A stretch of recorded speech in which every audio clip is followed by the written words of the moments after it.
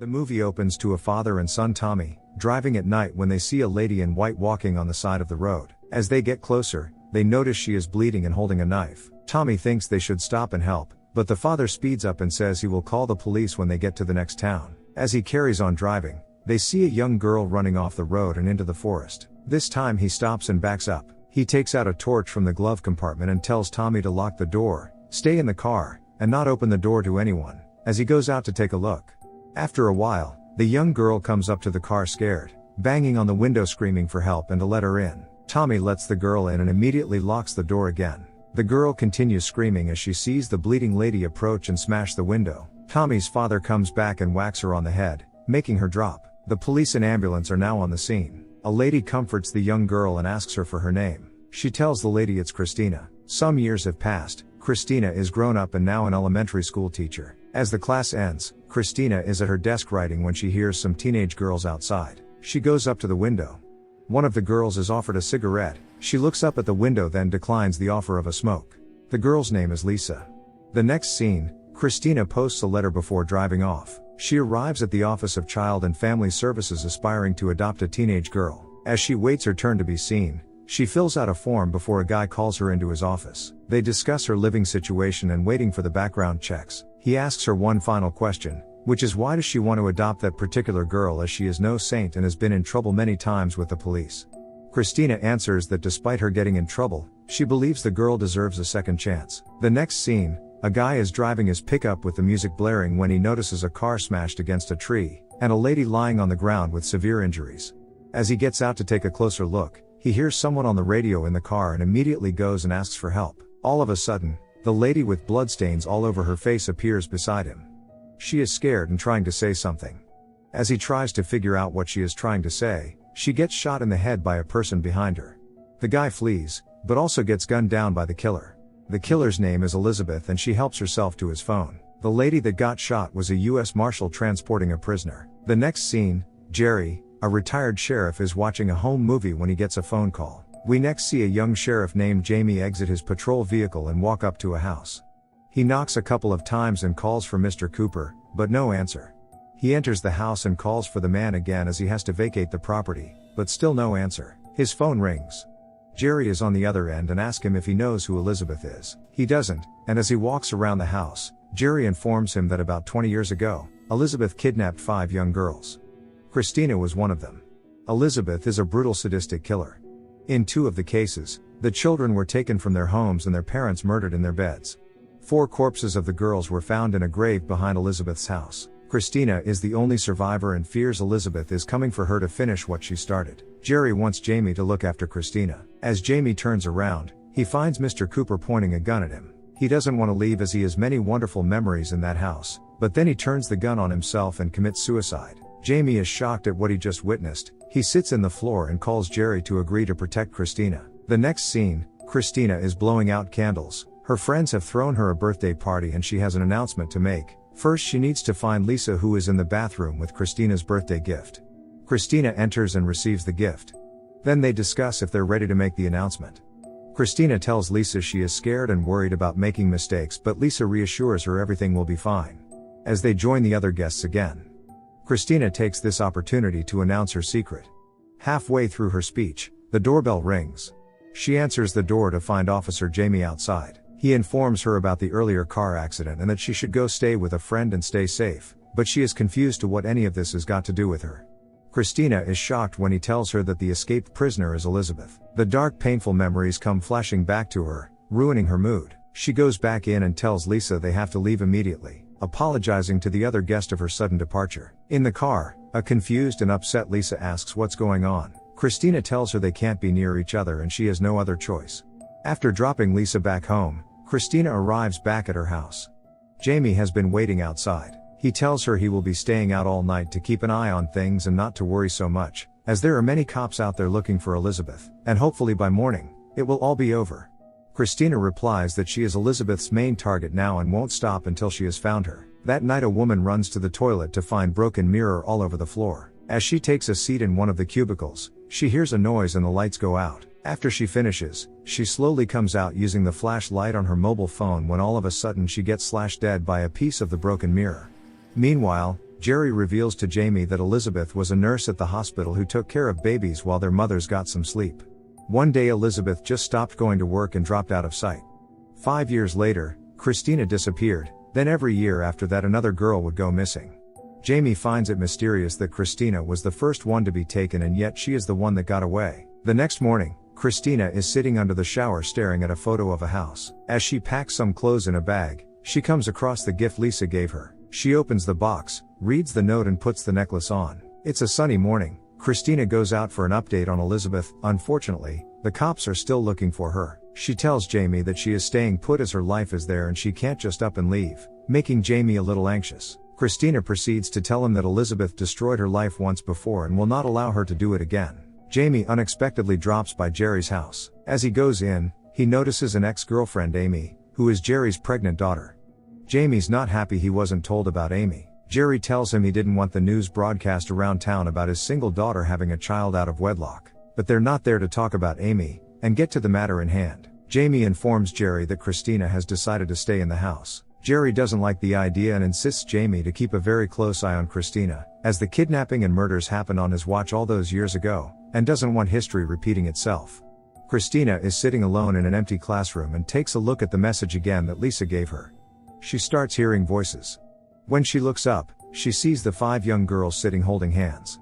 The middle girl, believed to be a young Christina, looks up and puts her finger to her lips, a sign to be quiet. Jamie heads back to the station to retrieve the relevant documents on Elizabeth, and asks his colleague Katie for a favor. He's now at Katie's house, where she hooks up a camcorder to find a fuzzy short video of Christina when she was just 10 years old. He notices something unusual in the right-hand corner of the video and asks Katie if she can increase the clarity. Meanwhile, a feared Christina is watching the news coverage about Elizabeth when her doorbell rings. It's her colleague from school to drop off her daughter Tracy, who Christina agreed to look after as she has to go to class, but Christina completely forgot about it and agrees to help.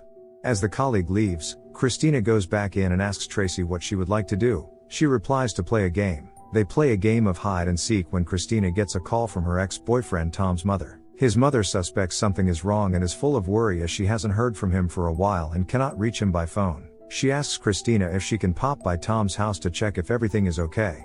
Christina agrees as she hasn't spoken to Tom in a while either. While still on the phone, Christina calls out for Tracy. When she doesn't get a response, she starts getting worried. She hangs up and runs around the house looking for her. She sees a figure at the door. When she opens it, it's Jamie who found Tracy on the porch. Christina is relieved the girl is safe. She explains she is supposed to be babysitting, and if the girl really did go missing, it's not what she needs right now. She invites Jamie in and rushes to the kitchen to get a glass of wine after being scared like that. They take a seat. Christina asks him about his life and what brought him to the town. He explains he followed a girl called Amy out of school and got a job there he liked doing, so he stayed. But Amy's parents had higher aspirations for their daughter, so Jamie made a decision, and they split. Jamie then asks Christina about her life. She explains she was born in Mersina. Her parents were gone and she had no family, so the state put her in a foster home until she was 17. She carries on saying that she left, but kept coming back, because she felt guilty leaving the other kidnapped girls behind, as they couldn't leave. She stayed to try and fix what Elizabeth did and all the hurt she caused, and Christina wants to be the opposite, which is why she wants to adopt and help Tracy as they both have the same kind of background. It's evening. Tracy's mother has come to pick her up when she notices all the police cars outside. Christina makes an excuse that there have been some break-ins in the neighborhood and they are there just to keep an eye on things. Christina goes back in. As she takes a sip of the wine, she picks up the drawing Tracy did of the spooky doll. Jamie is in the car chatting with Jerry about the videotape. Jamie deduces from Elizabeth's word that a male third party may be involved. Jerry shakes his head and thinks the male Elizabeth referred to could be about Jesus. Jamie sees something. He gets out of the car with his flashlight and walks around the property to do a check. Then, to his shock, Christina suddenly appears at the window before him. She turns around and slowly walks away. Looks like she is sleepwalking. The next morning she wakes up from the floor and finds herself covered in dirt. She goes out and treats Jamie to a cup of coffee and get an update on Elizabeth. He tells her the police found a tow truck she stole about 40 miles southwest from there. Christina feels relieved that the further away Elizabeth is, the more secure Christina is. She drives to her ex-boyfriend Tom's house. There's no answer when she rings the doorbell, but she has a set of keys and lets herself in. She calls out his name but no reply. She calls his mother to let her know he's not there and that he may have gone skiing with his friends and just forgot to mention it. She enters his bedroom and is horrified by what she sees. Tom has been murdered along with a female lying on the floor. Christina flees the house thinking this must be Elizabeth's doing. Jamie and another officer are on the scene. She tells him the mother won't stop calling, and although Tom was a liar and a cheat, he didn't deserve being killed, and the reason they broke up was because he was screwing half the town. Jamie doesn't believe this is Elizabeth's doing, as he wonders how she would know him, and since he was sleeping with other women, it could have been someone's husband or jealous lover that killed him. As Christina leaves, Jamie's colleague comes out and tells him she knows who Christina is, as she was there the night they found her and never forgets her face, even after 20 years. Both of them come to the conclusion that if Elizabeth is behind this, then there must be someone else helping her. Christina returns back to school for Lisa, but she's not there. She goes up to the goth friend, who starts to get funny. Christina's not in the mood for games and grabs the girl's arm, who then reveals that Lisa is in church. Christina drives to the church and finds out she's not alone. She doesn't want to imagine what the two of them were doing. She just wants to get Lisa out of there ASAP. The boy doesn't know Lisa is a minor, and if he's touched her, he will be in serious trouble. Lisa refuses to go. Christina is now furious and snaps, and they leave. In the car, the two of them have a heated argument. Christina explains she is trying to show the state that she can take care of Lisa and give her a proper home, but Lisa's actions can ruin everything. She snaps and curses at Christina that she doesn't need her pity and can take care of herself, as she has been doing it her whole life. She storms out of the car and refuses to listen to Christina. Jamie visits the hospital Elizabeth used to work at. A staff nurse helps him with his investigation as he goes through documents for more clues and finds out Elizabeth was fired for erratic behavior. But he senses the nurse is keeping something from him and explains Elizabeth had helped for the recent murders and wants to know who. She finally tells him that Elizabeth had an affair with a married man who worked at the hospital, and reveals that up until 5 years ago he was wearing a police uniform. Christina drops by her old foster parents' house and tells the dad she and Lisa had an argument and is worried Lisa is going to get into trouble. He tells her since Lisa is his responsibility, it will be his problem if anything happened to her, not Christina's. When she tells him not anymore, it hits him that she is the one that is trying to adopt Lisa, as the social services keep calling him. Christina wants to take her off his hands and give her a proper safe home, as the foster dad is a drunkard. He then threatens to reveal Christina's secret background. It's evening. Jamie is in his car looking through some files and calls Jerry. But Jerry's wife picks up and tells Jamie her husband is not well and resting and appreciates if he didn't call anymore, before hanging up. Christina is sitting in her car when she gets a call from Lisa to apologize for her outburst earlier. And also that she is aware of Christina's unpleasant past. That night, Terry the foster dad is getting ready for bed. During the night he wakes from hearing a noise and goes to see what it is.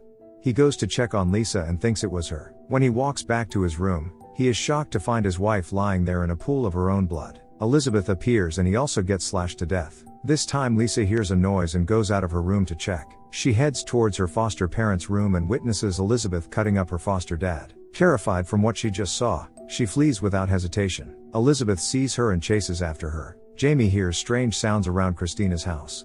As he goes out to survey the place, he finds her digging soil. Looks like she's been sleepwalking again. The next morning, Christina awakes covered in dirt and lets out a loud scream. She gets up and discovers someone's been in her house. She rushes outside in a temper and yells at Jamie to go. He informs her the foster parents are dead and wants to understand why people connected to her are dying. She shouts she doesn't know anything. He then turns the table and suspects Christina is helping Elizabeth. He tells her he's been sitting outside the wrong house, as Christina was never in danger. Elizabeth could have killed her all those years ago, but she didn't. As Christina is her favorite girl, that's why she's still alive and the others aren't. Her anger turns to Jerry, who was supposed to protect her all those years ago, but he did nothing. She knows Jamie dated Jerry's daughter and points out that he's only there to merely make himself look good before Jerry. Christina drives to the church hoping to find Lisa there. A figure goes past the window. She walks upstairs only to find Lisa's boyfriend dead and Elizabeth standing next to him. Frightened, Christina legs it out of the church but cannot escape the painful memories when she was a child. As she runs through the woods, she has a flashback of when she was a child running and Elizabeth chasing after her. As she stops, she looks up and sees in front of her the creepy house she was locked up in. Jamie's colleague Katie manages to make the video clearer and discovers there's a third person. Jamie rushes to the church and meets with Christina. She tells him she saw Elizabeth right in front of her. He tells her something is not adding up and asks her again if she has any idea who could be helping Elizabeth. Christina blames herself as she explains when she was 15, she would write monthly letters to Elizabeth in prison and told her about the people close to her. Jamie's colleague informs him they found Lisa. Christina breaks down seeing her precious girl lying there dead. She places a necklace in Lisa's hand before walking off. Jamie gets an urgent call from Katie telling him he needs to see what's on the videotape. Christina bursts into her house with an axe and starts smashing the place up thinking Elizabeth is there and is ready to face her. Jamie is back at Katie's watching the tape. It was taken 1 week before Christina escaped. All the other girls were supposed to be dead. But a closer look at the video shows another girl in a mirror reflection. The guy from the adoption agency drops by. He tells Christina she lied about her background and that the adoption can no longer go ahead. She angrily tells him Lisa is now dead and blames him. They argue back and forth before she reveals she's not really Christina and picks up the axe. So who is she? The truth is, she is actually the 6th girl in the room and the real Christina was killed and buried. She is so traumatized by it that she digs the soil to uncover the real Christina's body.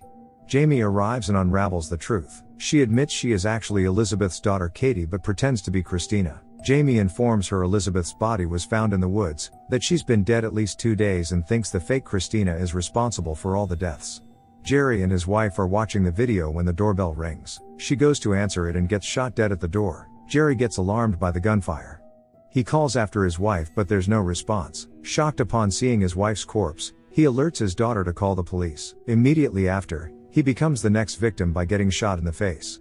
It's Elizabeth. A terrified Amy runs to her room and calls Jamie screaming for help. Elizabeth goes to the kitchen and looks around feeling the worktop. She starts to imagine she was the happy owner of the house. Jerry's wife is still alive and walks into the kitchen yelling at Elizabeth to get out of the house before getting slashed with a knife. Jamie drives over to Jerry's house with fake Christina in the back. As he walks into the house he sees blood and Jerry on the floor. He hears Amy crying for help and rushes upstairs to find her lying on the floor profusely bleeding. She tells him the killer took her baby. He tries to stop the bleeding and calls for the ambulance, but it's too late. Fake Christina tells herself she needs to end this and exits the car. She goes in the house and sees a bloody mess everywhere and grabs a knife from the kitchen. Upon hearing a baby cry, she steps into the room. As she is about to pick the baby up, Elizabeth appears before her and tells her she's done all this for her and that she should be grateful. Elizabeth hopes her daughter appreciates her love. Instead, she gets a knife in the belly. The house is surrounded by police and as fake Christina is about to walk out with the baby, Elizabeth has one more go to attack her daughter when Jamie pulls the trigger and executes Elizabeth. The movie ends with fake Christina sitting in the ambulance holding the baby. A paramedic comes over to check on them and asks her name.